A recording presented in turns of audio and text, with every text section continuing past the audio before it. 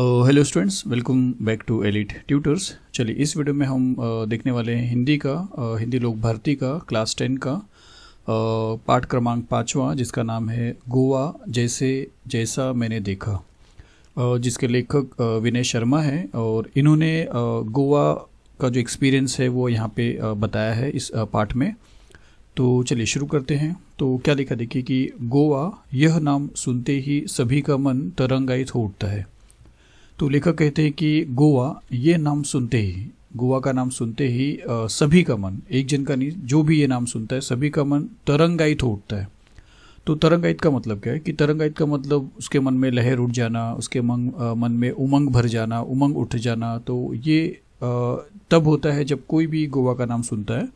और फिर राइटर क्या कहते हैं आगे, और हो भी क्यों ना, मतलब उसका मन तरंगायित हो भी क्यों ना, उसका जवाब भी दे रहे हैं। क्योंकि यहाँ की जो प्रकृति है, यहाँ का जो प्रकृति है, नेचर है, फिर आबो हवा मतलब वातावरण, मौसम, जलवायु, जो टेक्स्ट बुक में ये मीनिंग दिया है तो उसका ये सिंपल मीनिंग है, वातावरण, मौसम और जीवन शैली। जीवन शैली मतलब यहाँ का जो लाइफ स्टाइल है, लोगों का रहने का जो तरीका है और यहाँ की जो जगह है, ये सारी चीज़ का आकर्षण, मतलब लोगों को ये अट्रैक्ट करता है, आकर्षित करता है ही ऐसा है, मतलब वो वहाँ का नज़ारा ही ऐसा है कि पर्यटक मतलब टूरिस्ट जो यहाँ पे देखने को आते हैं, विजिट करने को आते हैं, खुद ब खुद यहाँ खींचे चले आते हैं। मतलब ये सब देखने के बाद वो खुद ब खुद यहाँ पे खींचे चले आते हैं, उनको कोई इनविटेशन की ज़रूरत नहीं। ये सब दृश्य देखने के बाद वो गोवा विजिट करने पे मजबूर हो जाते हैं, उनको इतना अट्रैक्टिव लगता है। फिर आगे क्या लिखा है कि देश के एक कोने में स्थित होने के बावजूद यह छोटा सा राज्य प्रत्येक पर्यटक के दिल की धड़कन है। तो भारत देश के एक तरफ, मतलब आपको मालूम है वेस्ट साइड में छोटा सा एक राज्य है, एक छोटा सा स्टेट है, उसके होने के बावजूद भी, उतना छोटा होने के बाद भी जितने भी जो हर एक जो टूरिस्ट होते हैं, जो पर्यटक होते हैं, उनके ये दिल की धड़कन है। मतलब यहाँ पे विजिट करना उनके लिए जैसे ज़रूरी हो जाता है। फिर देखिए, यही कारण है कि मैं भी अपने परिवार के साथ इंदौर से गोवा जा पहुँचा। तो लेखक कहते हैं कि यही वजह है कि इतनी अच्छी, मतलब इतना अच्छा जो यहाँ पे आकर्षण का जो बात बताया गया है, यही वजह है जिसकी वजह से मैं खुद आकर्षित हुआ और मैं इंदौर से फिर गोवा गया। और खंडवा से मेरे साड़ू साहब, तो साड़ू साहब किसको बोलते हैं, देखिए पत्नी के बहन का पति, मतलब राइटर की जो पत्नी है और उनकी जो बहन है, उनका जो पति है, उनको बोलते हैं साड़ू साहब। तो खंडवा ये जगह का नाम है। तो खंडवा से मेरे साड़ू साहब भी सपरिवार हमारे साथ शामिल हो गए।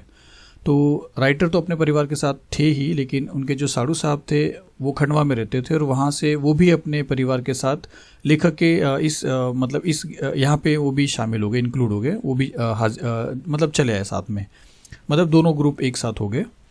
फिर देखिए कि 23 नवंबर को गोवा एक्सप्रेस, मतलब जो ट्रेन का नाम है जिससे गोवा जाया जाता है, मडगांव रुकी। तो गोवा में मडगांव में रुकी तो सुबह का उजास हो गया था। तो जब वो गोवा एक्सप्रेस मडगांव पहुंची तो उजास हो गया था, मतलब सवेरे सुबह हुई थी लेकिन उजाला हो गया था। मतलब मॉर्निंग काफ़ी, मतलब आप समझ गए हो कि उजाला हो चुका था, एकदम काला वाला जो सवेरा होता है वो नहीं था। एक टैक्सी के हॉर्न ने, फिर एक टैक्सी का जो हॉर्न है, आवाज़ ने मेरा ध्यान उसकी ओर खींचा। तो राइटर कहते हैं कि टैक्सी की जो आवाज़ है उसने मेरा ध्यान खींचा, मतलब कोई टैक्सी वाला हॉर्न दिया कि आइए कहाँ जाना है, कहाँ जाना है, तो उस आवाज़ ने राइटर के ध्यान को खींच लिया अपनी तरफ और हम फटाफट उसमें बैठ गए। और राइटर ने कहा कि फिर उस टैक्सी के अंदर हम लोग जाके बैठ गए। टैक्सी एक पतली सी सड़क पर दौड़ पड़ी। तो वहाँ पे जो गोवा में जो पतली सी सड़क रही होगी, अब सारे पिक्चर्स यहाँ पे दिखाए जा सकते स्टूडेंट्स, तो जो पतली सी सड़क थी उस पर वो टैक्सी तेज़ी से दौड़ने लगी। शीतल हवा के झोंके, तो जब वो तेज़ी से दौड़ रही थी तो हवा के जो झोंके थे वो यहाँ पे बताया कि शीतल हवा के झोंके। तो शीतल हवा के झोंके का मतलब तेज़ ठंडी हवा। जब वो टैक्सी दौड़ी तो सुबह का मौसम जो था ठंडा था और ठंडी हवा जो थी वो उसके जो झोंके थे, मतलब हवा के जो फोर्सेस थे, ऐसा समझिए, से मन प्रसन्न हो गया। तो राइटर कहता है कि मेरा जो दिल था, मन था, वो एकदम खुश हो गया और यात्रा की सारी थकान मिट गई। और जो यात्रा करके जो हम रात भर या जब भी ट्रेन से जितना भी सफ़र करके जो हमारी जो थकावट थी वो सभी की सभी उस ठंडी हवा के झोंकों ने हमारी झट से मिटा दी। मैं सोचने लगा, राइटर कहते हैं कि मैं सोचने लगा कि पर्यटन का भी अपना ही आनंद होता है, मतलब टूरिज़्म का, टूरिस्ट यात्रा करने का, विजिट करने का एक अपना मज़ा है अलग। जब हम जीवन की कई सारी समस्याओं से जूझ रहे हों तो उनसे निजात पाने के लिए मतलब उनसे छुटकारा पाने के लिए, मुक्ति पाने के लिए। तो राइटर कहता है कि अगर हमारे जीवन में कभी समस्या आ रही है, बहुत सारे प्रॉब्लम्स आ रहे हैं और हम टूट चुके हैं, हमारा मन थोड़ा सा बेचैन हो जा रहा है, तो हमें कुछ अलग जगह पे जाके अपने मन को बदलना चाहिए। तो राइटर कहता है कि जब हम जीवन की कई सारी समस्याओं से जूझ रहे हो, लड़ रहे हो, तो उनसे निजात पाने के लिए, उनसे छुटकारा पाने के का सबसे अच्छा तरीका पर्यटन है, सबसे अच्छा तरीका कि टूरिज्म है, कि आप विजिट करें कहीं पे, एक अलग जाके, एक अलग आबो हवा वाली जगह पे, एक अलग दृश्य वाले, जीवन शैली वाले ऐसे जगह पे आप जाइए और आपका मन जो है वो चेंज हो जाएगा। फिर देखिए, बदले हुए वातावरण के कारण मन तरोताज़ा हो जाता है। तो वहाँ का जो वातावरण है वो बदला हुआ रहता है। जहाँ पे हम रहते हैं उससे काफ़ी दूर अगर जाएंगे तो वहाँ का जो वातावरण है वो चेंज हुआ रहता है, तो वहाँ से हमारा जो मन है वो तरोताज़ा हो जाता है, मतलब फ्रेश हो जाता है। और आगे क्या लिखा है कि तथा शरीर को कुछ समय के लिए विश्राम मिल जाता है और शरीर को भी आराम मिल जाता है, थोड़ा सा थकावट दूर हो जाता है, मन खुश हो जाता है तो शरीर भी खुश हो जाता है, उसकी जो ताकत है वो वापस आ जाती है। तो चलिए इसके बाद देखते हैं। तो देखिए उसके बाद क्या लिखा है कि कुछ देर बाद हमारी टैक्सी मड़गांव से 5 किलोमीटर दूर दक्षिण में, तो डायरेक्शन आप समझ लेना, में स्थित कस्बा, तो एक कस्बा, तो कस्बा मतलब टाउन मतलब ना पूरी तरह वो शहर है और ना पूरी तरह वो गांव है, गांव से अच्छा है और शहर से थोड़ा कम है। तो एक कस्बा जिसका नाम था बेनालियम के एक रिसोर्ट में आकर रुकी। तो वहाँ पे वो एक रिसोर्ट में आके उनकी टैक्सी रुकी। जस्ट एक रेफरेंस के लिए स्टूडेंट्स, यह रिसोर्ट हमने पहले से बुक कर लिया था। तो राइटर कहता है कि ये जो रिसोर्ट में हमारी जो टैक्सी आके रुकी थी वो हमने पहले से ही उसको कॉल से या किसी तरीके से, किसी माध्यम से हमने उसको बुक कर लिया था, इसलिए औपचारिक खाना पूर्ति। तो औपचारिक खाना पूर्ति मतलब औपचारिकता पूरा करना, मतलब ये फॉर्मेलिटी जिसको आप समझिए कि वहाँ पे जाके कुछ राइटिंग में लिखना, कुछ कॉलम्स फिल करना, कुछ प्रूफ देना, आईडी कार्ड, वो सारी चीज़, सिग्नेचर, वो सारी चीज़ को आप समझिए औपचारिक खाना पूर्ति। तो इसलिए औपचारिक खाना पूर्ति कर हम आराम करने के इरादे से अपने अपने स्यूट में चले गए। तो यहाँ पे स्यूट का मतलब कमरा है। तो हमने सारी फॉर्मेलिटीज़ पूरी किया और फिर हम क्या किए, अपने अपने हमको जो कमरा हमको अलॉट किया गया था उस कमरे में हम अपने अपने स्यूट मतलब उस रिसोर्ट में हम अपने अपने कमरे में चले गए। इससे पहले कि हम कमरों से बाहर निकले, तो अभी हम कमरे में तो थे और कमरे से हमें बाहर निकलना था, लेकिन उससे पहले कि हम कमरे से बाहर निकले मैं आपको गोवा की कुछ खास बातें बता दूं। तो लेखक कहते हैं कि मैं आपको कुछ खास बातें बता दूं, इससे पहले कि हम कमरे से निकल के गोवा घूमने जाएं, मैं पहले आपको कुछ खास बातें बता देता हूं। तो देखते हैं क्या है कि दरअसल मतलब रियल में कि गोवा राज्य 2 भागों में बटा हुआ है। तो राइटर कहते हैं कि अगर देखा जाए मतलब दरअसल क्या है कि गोवा जो है 2 पार्ट्स में डिवाइड हुआ है। एक है दक्षिण गोवा जिला तथा उत्तर गोवा जिला। तो एक पार्ट का नाम है दक्षिण गोवा जिला और एक है उत्तर गोवा जिला। इसकी राजधानी पणजी, तो आपको मालूम है इसकी राजधानी जो है, कैपिटल जो है, जैसे महाराष्ट्र का कैपिटल मुंबई है, उसी तरह गोवा का जो कैपिटल है, राजधानी जो है वो पणजी है, जिसका पणजी। तो इसकी राजधानी पणजी मांडवी नदी के किनारे स्थित है। तो एक मांडवी नदी है, उसके किनारे, जैसे देखिए मांडवी नदी है, उसके किनारे बसा हुआ है वो कैपिटल जिसका नाम है पणजी। नदी के किनारे स्थित है। यह नदी काफ़ी बड़ी है, आप देख भी रहे हो, ये नदी काफ़ी बड़ी है तथा वर्ष भर पानी से भरी रहती है और पूरे साल इसके अंदर पानी रहता है, मतलब हमेशा 12 महीना इसके अंदर पानी होता है। फिर भी देखिए क्या बोला कि फिर भी समुद्र इलाका होने के कारण, अब ये कोस्टल एरिया में पड़ता है, आपको मालूम है किनारे पे है, तो कुछ जगह के किनारे समुद्र भी है। तो फिर भी समुद्र इलाका होने के कारण, मतलब नदी भी है, समुद्र भी है, फिर भी क्या हो रहा है कि फिर भी समुद्री इलाका होने के कारण यहाँ मौसम में प्रायः मतलब ज़्यादातर ऐसा समझिए, उमस मतलब गर्मी, मतलब यहाँ पे मौसम में फिर भी गर्मी होता है। मतलब आप ये चौंक सकते हैं कि पानी से घिरा हुआ है, नदी से भरा हुआ है, फिर भी यहाँ पे ज़्यादातर क्या होता है कि गर्मी होता है। तो ऐसा क्यों हो रहा है, इसका जवाब यहाँ पे नहीं स्टूडेंट्स, ऐसा होता है वहाँ पे, ऐसा समझिए। हवा में नमी बनी रहती है और हवा जो वहाँ पे रहता है उसमें मॉइस्चर होते हैं, जैसे बरसात के मौसम में होते हैं, जो आजकल का मौसम चल रहा है। शरीर चिपचिपाता रहता है, तो अपना जो बॉडी है वो भी चिपचिपाता, मतलब स्टिकी रहता है, समझिए कि एकदम ड्राई नहीं रहता, एकदम स्टिकी रहता है। लेकिन मुंबई जितना नहीं, लेकिन मुंबई में गर्मी से जो अपना बदन पसीने से जो चिपचिपाता है, अब ये समझिए जो यहाँ पे लिखा हुआ है, तो उसके कंपेयर में अगर गोवा की बात करें तो उतना नहीं है, कम है वहाँ पे, ऐसा बोला जा रहा है। क्योंकि यहाँ का क्षेत्र हरितिमा से भरपूर है। तो हरितिमा का मतलब है हरियाली से, मतलब वहाँ पे ग्रीनरी भी काफ़ी है, इसके लिए उतना ज़्यादा बॉडी के अंदर चिपचिपा नहीं होता है। फिर भी धूप तो तीखी ही होती है, लेकिन यहाँ पे धूप जो है वो अभी भी तीखी होती है। तीखी मतलब तेज़ होती है, मतलब वहाँ पे फिर भी धूप है, काफ़ी वहाँ पे धूप है। फिर देखिए, यूँ तो गोवा अपने खूबसूरत सफ़ेद रेतीले तटों, तो तटों मतलब मालूम है ओशन का, समुद्र का जो किनारा होता है, बीच। तो यूँ तो गोवा अपने खूबसूरत सफ़ेद रेती वाला मतलब सैंड वाले तटों, महंगे होटलों, और वहाँ पे महंगे महंगे होटल भी हैं, तथा खास जीवन शैली, और वहाँ का जो लाइफस्टाइल एकदम खास है, के लिए जाना जाता है। तो यहाँ पे ये समझना है कि गोवा ज़्यादातर क्यों पहचाना जा रहा है, क्योंकि वहाँ पे सफ़ेद रेतीले तट हैं, बीचेस हैं, महंगे महंगे होटल्स भी हैं वहाँ पे, और वहाँ का जो लाइफस्टाइल है, लोगों का जीने का जो तरीका है, स्टाइल जो है, कल्चर जो है वो बिल्कुल अलग है। तो उसके लिए गोवा क्या है माना जाता है।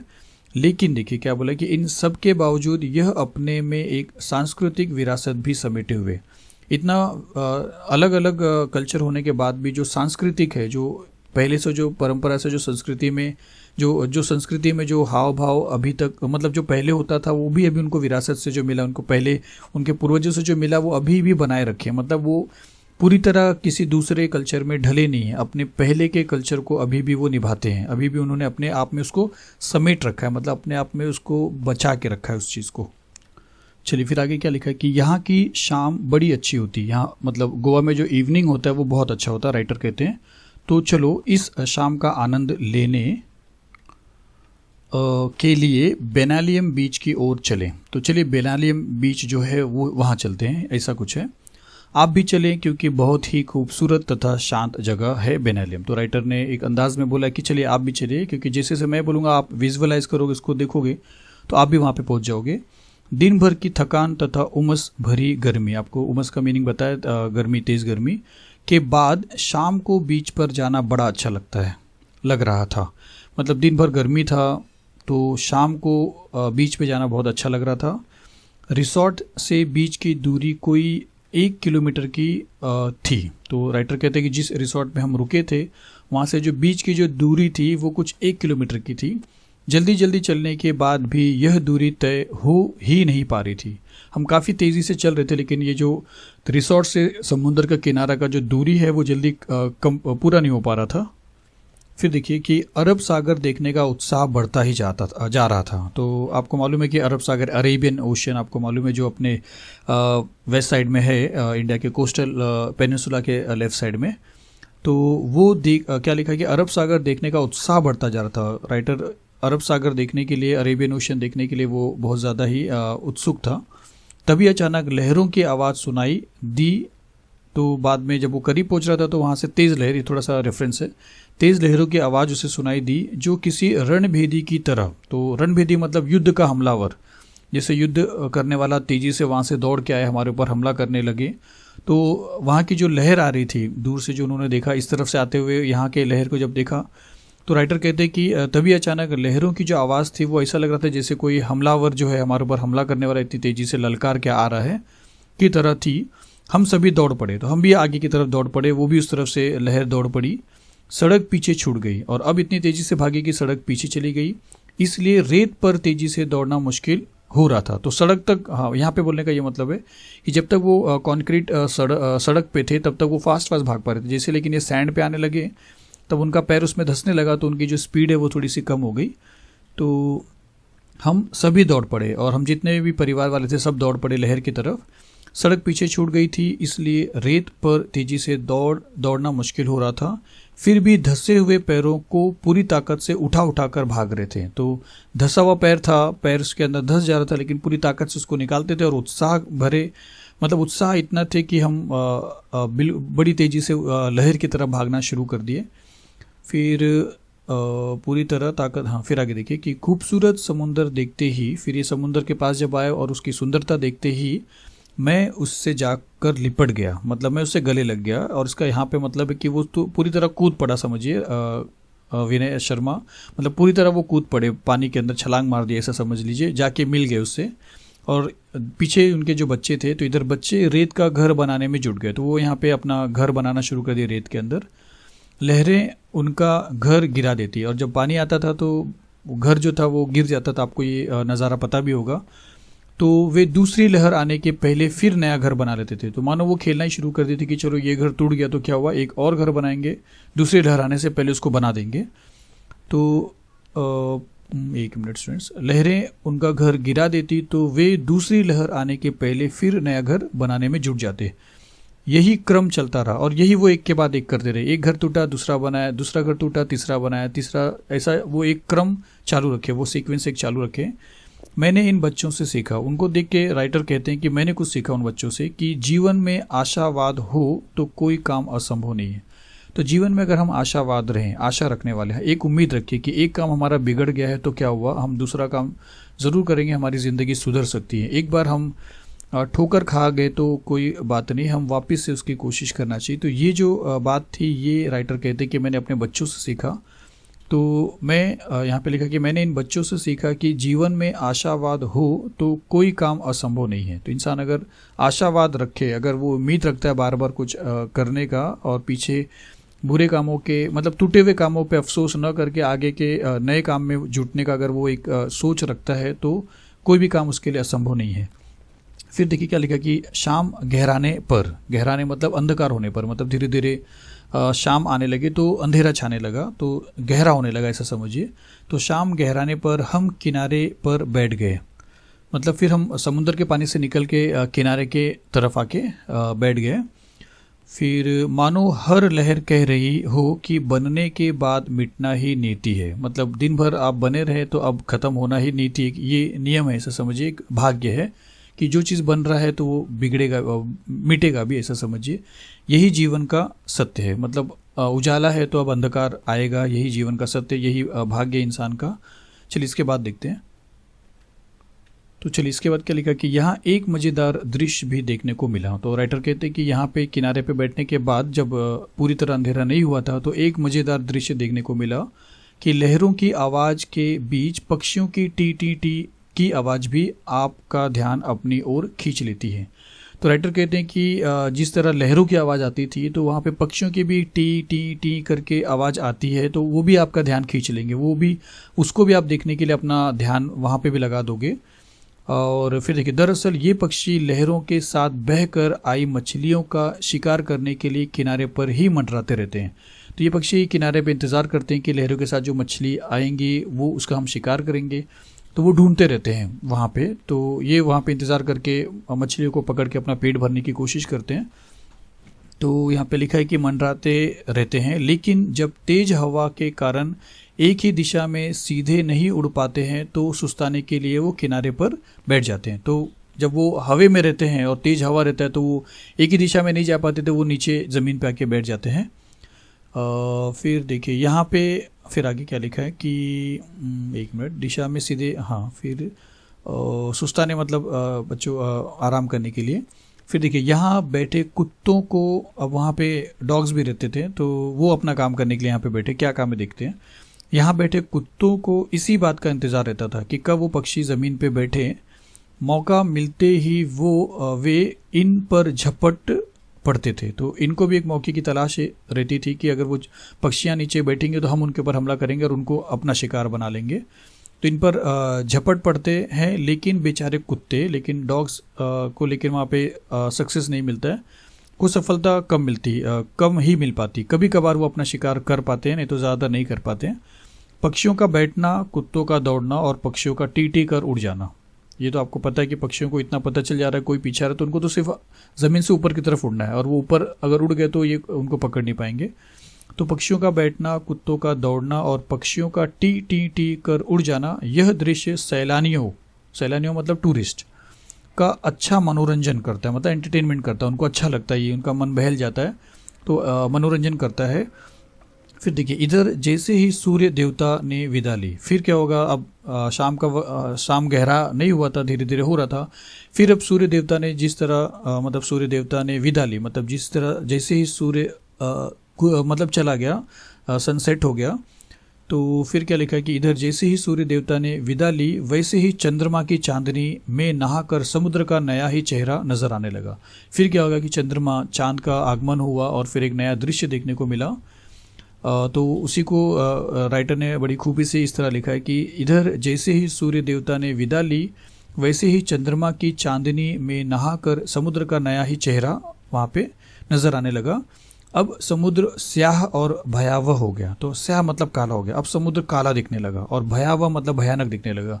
जिस तरह वो बहुत बड़ा खुशहाल दिख रहा था, अब रात के मौसम में उसका जो चेहरा है, उसका जो दृश्य है वो बिल्कुल अलग दिखने लगा। वो अंधेरे की वजह से थोड़ा सा डर लगने लगा। फिर आगे क्या लिखा है, अगले दिन हमने बस से गोवा घूमने की योजना बनाई। फिर दूसरा दिन हुआ और लेखक कहते हैं कि अगले दिन हमने गोवा घूमने की योजना तो बनाई थी, लेकिन हमने बस का सहारा लिया, बस से घूमने का इरादा किया। वैसे घूमने फिरने के लिए यहाँ बाइक आदि किराए पर मिल जाती है। तो लेखक कहते हैं कि अगर आपको घूमना है तो आपको बाइक भी मिल जाएगी भाड़े पे, किराए पे, और उन पर ही घूमने का मज़ा भी आता है। तो राइटर कहते हैं कि उस पर घूमने का मज़ा भी बहुत आता है, खुला मतलब खुला रहता है बाइक।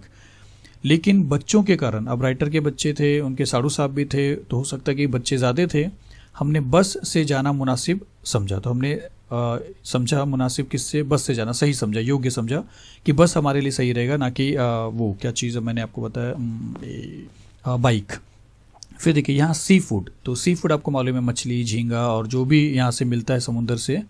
तो यहाँ सी फूड की अधिकता होने के कारण वहाँ पे ज़्यादातर सी फूड आपको मिलेंगे, ये सारी चीज़ ज़्यादा मिलेंगे। तो यहाँ सी फूड की अधिकता होने के कारण शाकाहारी पर्यटकों को, तो जो पर्यटक, जो टूरिस्ट शाकाहारी होते हैं, जिनको, जो वेजिटेरियन होते हैं, जिनको मांस नहीं चाहिए रहता है, को सुस्वादु भोजन, तो उनको स्वादिष्ट टेस्टी जो भोजन है, खाना जो है, की समस्या से भी दो चार होना पड़ता है। दो चार होना मतलब मुसीबत झेलना पड़ता है, मतलब भटकना पड़ता है कि उनको एक स्वादिष्ट भोजन कहाँ मिलेगा, क्योंकि ज़्यादातर वहाँ पे सी फूड मिलता है मतलब गोवा में। फिर देखिए काफ़ी भटकने के बाद अच्छा भोजन मिल गया। अब सुस्वादु या शाकाहारी जो टूरिस्ट हैं, पर्यटक जो हैं, अगर बहुत भटके, बहुत तलाश किया, बहुत सारे अलग अलग होटलों में उन्हें पूछताछ किया और कहीं पे मिल भी गया कि यहाँ पे आपको शाकाहारी मिल जाएगा, तो क्या लिखा कि काफ़ी भटकने के बाद अच्छा भोजन मिल गया तो समझो किस्मत, तो आप किस्मत समझिए अगर ऐसा मिला। और दूसरी बात क्या है कि जेब तो ढीली हो ही गई, तो आपका वहाँ पे पैसा अधिक चला जाएगा, क्योंकि वहाँ पे स्पेशल मतलब खास करके जब आपको कहीं से एक कोई कम चीज़ मिला है, मतलब काफ़ी तलाश करने के बाद कोई अगर होटल मिला है यूनिक अलग, जहाँ पे आपको आपके पसंद की चीज़ मिल रही है, तो वहाँ पे रेट ज़्यादा हो सकते हैं। फिर आगे देखिए क्या लिखा कि यह समस्या हमें पहले से पता थी, और राइटर कहते हैं कि ये जो बात थी कि हमारा स्वादिष्ट खाना अगर हमको नहीं मिला और कहीं मिला तो हमारी जेब ढीली हो जाएगी, मतलब पैसे काफ़ी चले जाएंगे। तो ये जो समस्या था, ये जो प्रॉब्लम था, राइटर कहते हैं कि मुझे पहले से पता था, और इसलिए हम फिर देखते हैं आगे, अपने रिसोर्ट के स्यूट में उपलब्ध किचन में ही भोजन करते थे। तो वो अपने कमरे में ही जो किचन था उसके अंदर ही वो भोजन कर लेते थे, वहीं बनाते थे, या हाँ वो शायद हो सकता है। फिर देखिए सबसे पहले हम अंजुना बीच पहुँचे, फिर उसके बाद अगले दिन जो बस की सवारी के बारे में बता रहे थे, तो सबसे पहले वो अंजुना बीच पहुँचे, कुछ इस टाइप का है। गोवा में छोटे बड़े करीब 40 बीच हैं। तो उन्होंने बोला कि छोटे और बड़े बीच को अगर आप मिला लोगे तो टोटल या अप्रॉक्सीमेटली 40 बीचेस वहाँ पे हैं, लेकिन प्रमुख 7 या 8 ही हैं। लेकिन मेनली खास करके जहाँ पे ज़्यादा टूरिस्ट विजिट करते हैं वो सिर्फ 7-8 होंगे। अंजुना बीच नीले पानी वाला, पथरीला, बहुत ही खूबसूरत है। तो वो नीला पानी, वहाँ पे पानी का कलर जो आपको ब्लूइश दिखेगा, और वो पथरीला है, मतलब आपको पूरे ज़्यादातर वहाँ पे बड़े बड़े पत्थर ही दिखाई देंगे। तो अंजुना बीच नीले पानी वाला, पथरीला, बहुत ही खूबसूरत है। तो आपको वो दृश्य भी बहुत अच्छा लगे, ये आप देख लीजिए, ये उसी बीच का है। इसके एक और एक लंबी सी पहाड़ी आपको दिखाई देगी, जहाँ से बीच का मनोरस मतलब मन को मोहने वाला, जिसको देख के आपको बहुत अच्छा लगेगा, तो ऐसा मनोरस दृश्य देखा आप जा सकता है, वहाँ पे आप ऐसे अच्छे दृश्य देख सकते हो। फिर समुद्र तक जाने के लिए थोड़ा नीचे उतरना पड़ता है। तो समुद्र तक जाने के लिए आपको थोड़ा क्या करना पड़ेगा, नीचे उतरना पड़ेगा, चाहे यहाँ की बात करें चाहे यहाँ की बात करें। तो एक मिनट फिर आगे क्या लिखा कि नीला पानी काले पत्थरों पर पछाड़ खाता है। तो नीला जो पानी है यहाँ से जब आता है लहर, तो वो पछाड़ खाता है, मतलब एक मिनट यहाँ पे गलती हो गया स्टूडेंट्स। तो पछाड़ खाने का मतलब टकरा कर पीछे जाना। तो जो पानी यहाँ से आता है वो टकरा के फिर पीछे चला जाता है।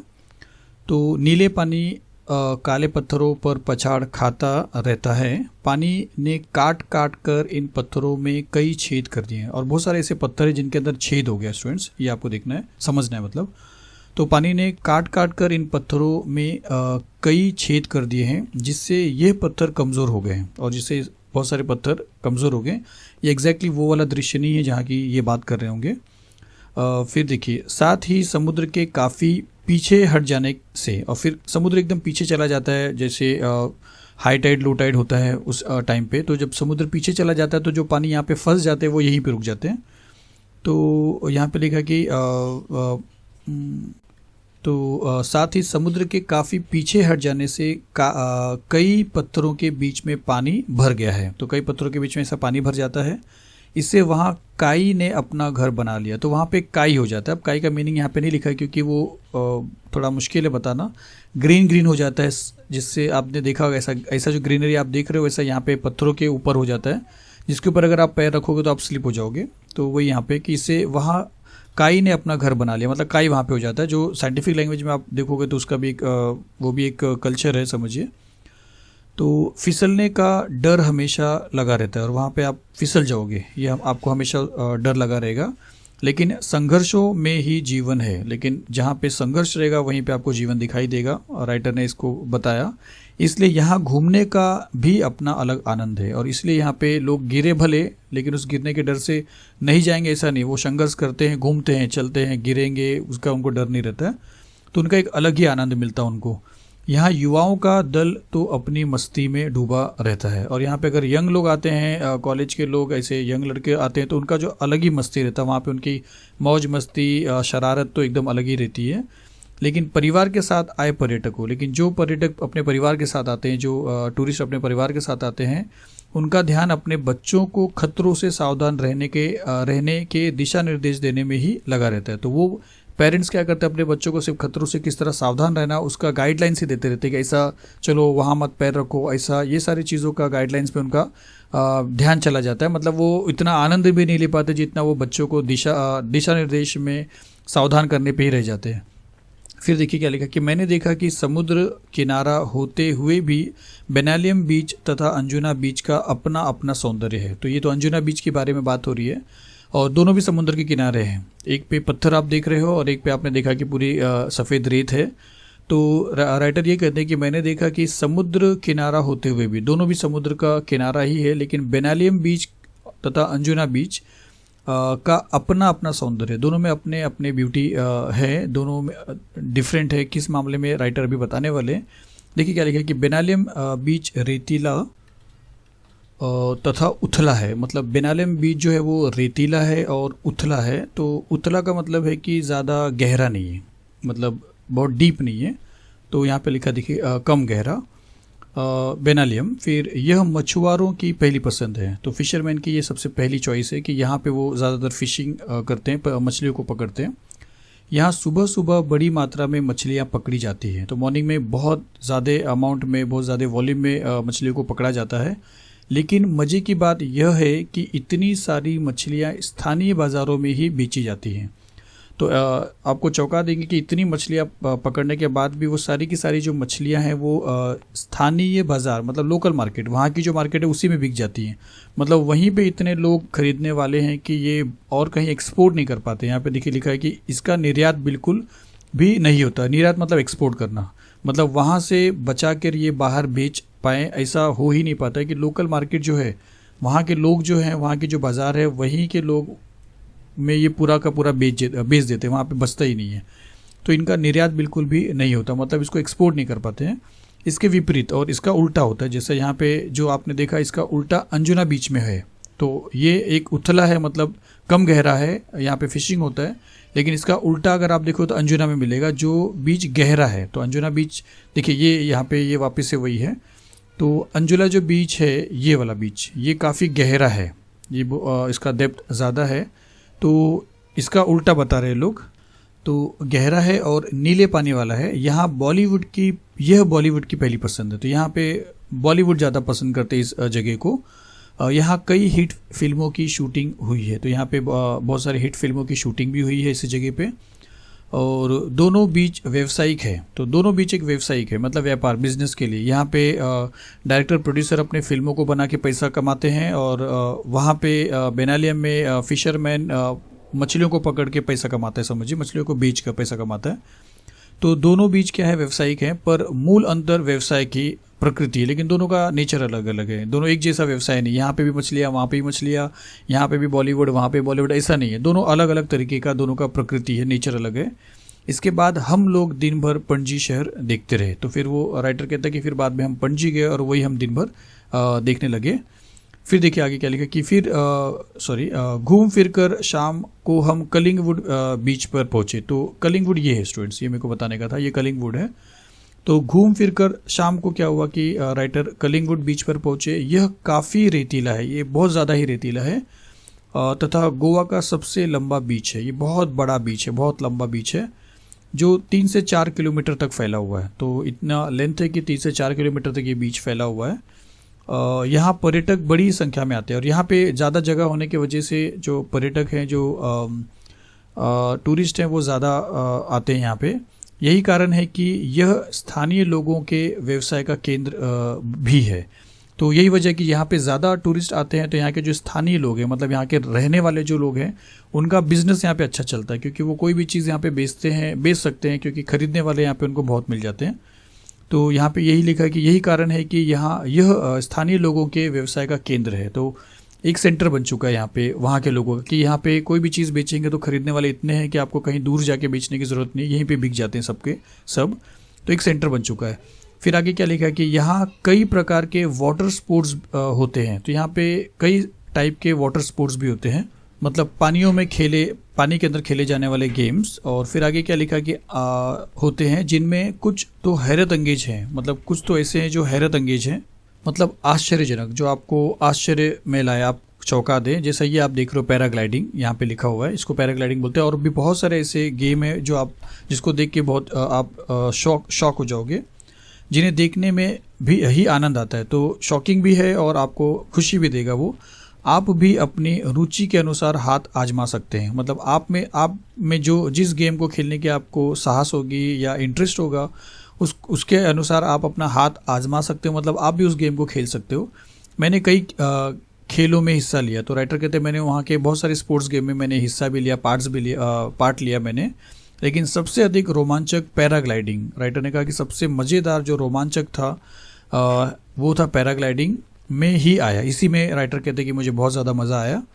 और क्या लिखा कि काफ़ी ऊंचाई से अथाह जलराशि, और जब आप ऊंचाई पे पहुंच जाओगे तो अथाह जलराशि, मतलब बहुत बड़े वॉल्यूम में आपको वाटर ही वाटर दिखेगा। जलराशि मतलब पानी दिखने को मिलेगा आपको। को देखना जितना विस्मयकारी है, मतलब जितना आपको चौंका देगा, विस्मयकारी है, उतना ही भयावह भी है, मतलब उतना डरावना भी है। आपको चौंका भी देगा, थोड़ा सा आश्चर्य में लाएगा, और आपको डरा भी देगा, क्योंकि आप बहुत ऊंचाई पे चले जाते हो तो आपको हर तरफ से पानी दिखता है, और बाकी जो लोग हैं वो छोटे छोटे दिखते हैं। दूर दूर तक पानी ही पानी, तेज़ हवा, दूर दूर तक आपको पानी मिलेगा, और हवा इतनी तेज रहेगी। और रस्सियों से, अब ये जो रस्सी है, से हवा में लटके हम, और हम रस्सी से हवा में लटके। तो हम यानी मैं और मेरी पत्नी। तो राइटर यहाँ पे थोड़ा सा अलग स्टाइल में बोले कि हम का मतलब मैं और मेरी पत्नी, मतलब राइटर और राइटर की पत्नी दोनों डर भी रहे थे। इतनी ऊंचाई पे दोनों डर भी रहे थे और खुश भी हो रहे थे। वो खुश भी हो रहे थे। डर इस बात का कि छूट गए तो समझो गए। डर इस बात का था कि अगर रस्सी से छूट गए तो समझो गए, मतलब ख़त्म हो गए। और खुशी इस बात की कि ऐसा रोमांचक दृश्य और ऐसा रोमांच भरा, ऐसा जो हैरान करने वाला जो दृश्य है, पहली बार देखा। सचमुच अद्भुत, बिल्कुल ही एकदम अजीब, एक सबसे अलग दृश्य। चलिए इसके बाद देखते हैं। फिर देखिए क्या लिखा है कि हम यहाँ 4-6 दिन रहे, लेकिन हमारी एक ही दिनचर्या रही। तो राइटर कहते हैं कि हम यहाँ पे 4 से 6 दिन रहे, लेकिन हमारा एक ही दिनचर्या था, एक ही काम था, मतलब रोज का काम जैसा होता है, फिक्स रहता है, वैसा हमारा भी एक दिनचर्या था, एक ही जैसा हर दिन होता था।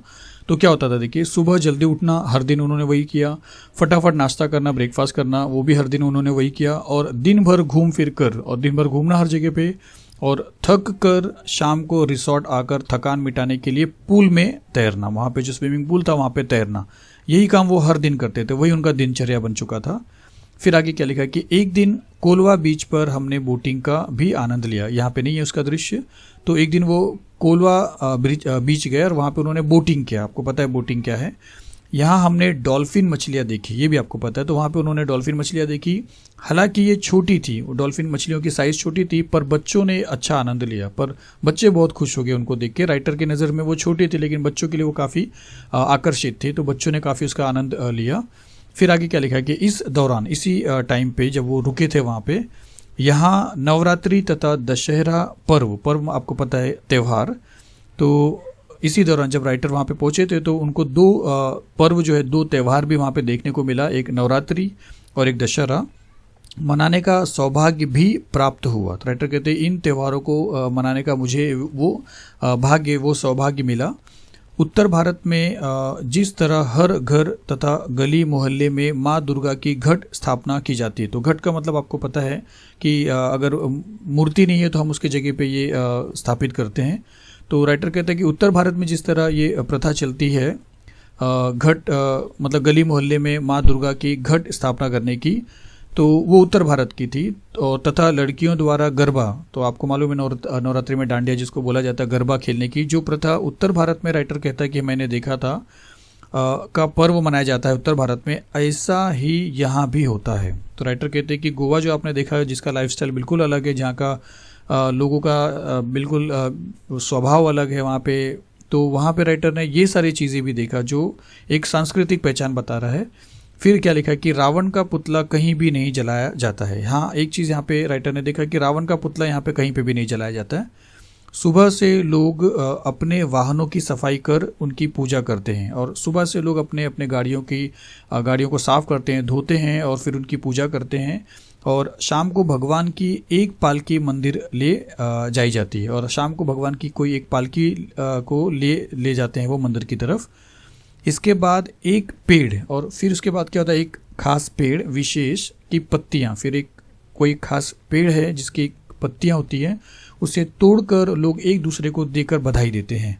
फिर लिखा है राइटर ने कि सबकी अपनी अपनी सांस्कृतिक परंपरा है। तो सबकी अपनी अपनी परंपरा है। तो ये जो चीज़ यहाँ पे आप देख रहे हो कि इसके बाद एक पेड़ विशेष की पत्तियाँ तोड़कर लोग एक दूसरे को देकर बधाई देते हैं। तो शायद से अगर मैं गलत नहीं हूँ तो महाराष्ट्र में भी ये चीज़ को, इस पत्तियों को सोना बोला जाता है शायद से। तो उसको देने टाइम लोग बोलते हैं कि तिळ गुड़ घ्या आणि गोड गोड मना, मतलब मीठा मीठा तिल गुड़ घ्या, मीठा मीठा चीज़ लो और मीठी मीठी ही बातें बोलो, मतलब मिलजुल कर रहो, अच्छा बोलो, अच्छा काम करो। तो ये सबकी अपनी अपनी परंपरा राइटर कहते हैं। चलिए इसके बाद देखते हैं। फिर देखिए आखिरी है ये, क्या लिखा है कि इतने कम दिनों में, मतलब जितने दिन राइटर वहाँ पे रहे थे, तो उतने कम दिनों में मैं गोवा को पूरा देख समझ तो नहीं पाया। राइटर कहते हैं मैंने पूरी तरह गोवा नहीं देखा, पूरी तरह नहीं समझा, पर इतना ज़रूर समझ गया, मतलब मैं इतना चीज़ ज़रूर समझ गया कि पश्चिमी फैशन, तो पश्चिमी फैशन आपको मालूम है, western culture, American culture, European culture, उस तरफ का जो कल्चर है आपको अच्छी तरह पता है। तो वो गोवा में दिखाई दिया है। राइटर ने कहा कि मैंने देखा कि वहाँ ज़्यादातर लोगों में ये कल्चर दिखाई दिया, फैशन, वहाँ के कपड़े, वहाँ के स्टाइल्स, वो सारी चीज़। तो कि पश्चिमी फैशन और सभ्यता वहाँ के कल्चर में रचा बसा होने के बावजूद, मतलब गोवा में पश्चिमी फैशन, वहाँ की सभ्यता, संस्कृति भले वहाँ पे आई है लोगों में, उसके बावजूद, उसके साथ साथ भी यह भारतीय संस्कृति को पूरी तरह से आत्मसात किए हुए हैं। लेकिन फिर भी लेखक ने ये देखा कि भारत की जो संस्कृति जो पहले से चल रही है वहाँ पे, उसको वहाँ के लोगों ने अभी भी आत्मसात रखा है, मतलब आत्मसात किए हुए, मतलब अपने अंदर समा लिया है। मतलब भले वो ऊपर से पश्चिमी फैशन को निभा रहे हो, उनकी सभ्यता को निभा रहे हो, लेकिन वो अपना जो संस्कृति है, अपना जो त्यौहार है, उसका जो तरीका है, वो अभी तक वो भूले नहीं, उसको आत्मसात करके रखे, उसको पकड़ के रखे हैं, अपने अंदर दिल में बसा के रखे हैं। फिर देखिए, पर्यटक फैशन के रंग में कुछ देर के लिए भले ही स्वयं को रंग कर चले जाते हैं। तो वहाँ पे टूरिस्ट आते हैं, फैशन के अपने अपने फैशन लेके आते हैं, या वहाँ के फैशन में भले रंग जाते हैं। और फिर देखिए क्या लिखा है कि पर्यटक फैशन के रंग में कुछ देर, यानी वहाँ पे जब तक रहते हैं तो कुछ देर तक वो भले ही स्वयं को, अपने आप को रंग कर चले जाते हैं। लेकिन स्थानीय लोग जो है, वहाँ के ओरिजिनल रहने वाले जो लोग हैं, रहवासी जो लोग हैं, अपनी सांस्कृतिक परंपरा की उंगली अब भी पकड़े हुए हैं। मतलब वो अभी भी अपने संस्कृति को पकड़ के रखे हैं। कहीं से कितना भी फैशन आएगा, लेकिन उनकी जो संस्कृति है वो कोई मिटा नहीं सकता। वो अपनी संस्कृति को अभी भी बनाए रखते हैं। उसके हाथों को, उसके उंगलियों को वो लोग ने थाम कर पकड़ के मजबूती से रखा है। तो चलिए ये पार्ट यहीं पे ख़त्म होता है, फिर मिलेंगे अगले पार्ट में। Thank you very much.